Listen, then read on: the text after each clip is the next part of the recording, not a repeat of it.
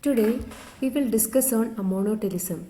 Ammonotelism is the excretion of nitrogenous waste products principally in the form of ammonia.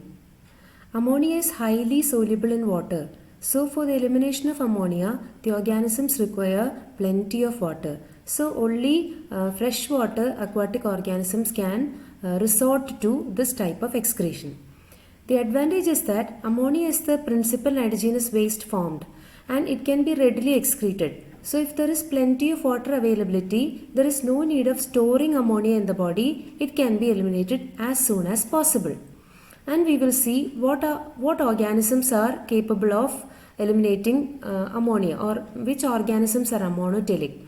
The aquatic protozoans, sponges, cnidarians, flatworms, leeches, crustaceans, marine lamellibranchs, freshwater teleost fishes and larval amphibians, most of which spend their life in freshwater, are ammonotelic. And you take the case of earthworms. On rainy days they are ammonotelic, but on warm days they will be ureotelic. And crocodiles, when they are in water, they are ammonotelic in nature. We have to study the process of ammonia formation in animals. Ammonia formation takes place by deamination. Deamination is the removal of amino group from an amino acid. When amino group is removed from the amino acid, it produces a keto acid or a hydroxyl acid, releasing free ammonia. So that is how ammonia is formed. And this process is called as deamination, which includes the removal of amino group from amino acid. This takes place by two ways: oxidative and non-oxidative deamination.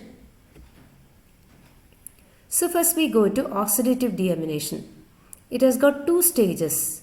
The first stage is oxidation and the second stage is hydrolysis. So here you can see this is an amino acid. You can see the functional groups. The first step is oxidation, where you can see there is reduction of 2H. So 2 protons are removed from ammonia. And here you can see it is converted to an amino acid, which is having this amino group. The second step is hydrolysis. That is, water is removed from this amino acid. And you can see this is converted to a keto acid, thereby releasing ammonia. So once again we will move on to the steps. This is the amino acid. The first step, it undergoes oxidation, where it is converted to an amino acid. In the next step, it undergoes hydrolysis by the addition of water and it gets converted to a keto acid and releasing ammonia. So here you can see the example where glutamate in the first step undergoes dehydrogenation or oxidation as well as hydrolysis, and this leads to formation of alpha ketoglutarate, which is a keto acid, releasing ammonia in the form of ammonium ion. So here you can see in the first step called as oxidation, here NADP plus is the acceptor.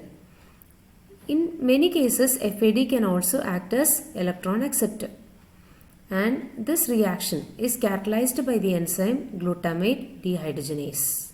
So this is the first type of deamination, which is called as oxidative deamination.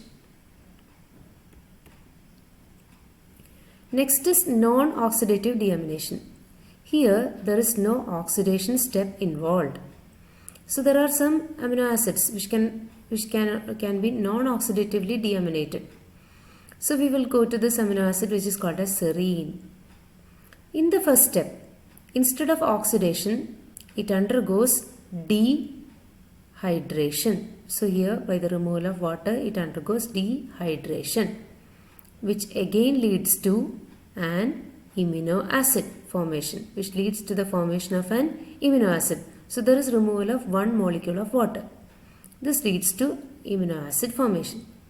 In the next step, it undergoes hydrolysis. By hydrolysis, the amino acid will be converted to a keto acid, releasing ammonia. So the second step is common for both non-oxidative and oxidative deamination. the difference lies in the first step. In oxidative deamination, the first step involved the removal of hydrogen or oxidation. In non-oxidative deamination, the first step involved the removal of water molecule or dehydration. Now, this is dehydrative. This is a kind of dehydrative non-oxidative deamination. You can see one more process where an amino acid called as cysteine. In the first step, it undergoes desulfhydration, that is H2S is removed, which leads to its conversion to an amino acid. In the second step, the amino acid undergoes hydrolysis and it gets converted to pyruvic acid and ammonia. So, only the first step differs for dehydration and desulfhydration. In dehydration, there is removal of one molecule of water, as you can see here. In desulfhydration, there is removal of one molecule of H2S. But the second step is the same, it involves hydrolysis.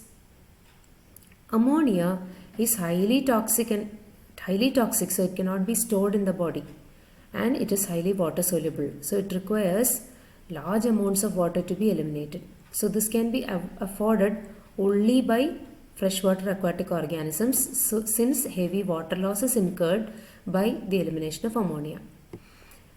In organisms who cannot afford to the loss of water, they can convert ammonia to less toxic substances like urea and uric acid. Now, how is ammonia excreted in ammonotelic organisms? There, it dissolves in water to form ammonium hydroxide, which will readily diffuse to the surrounding water.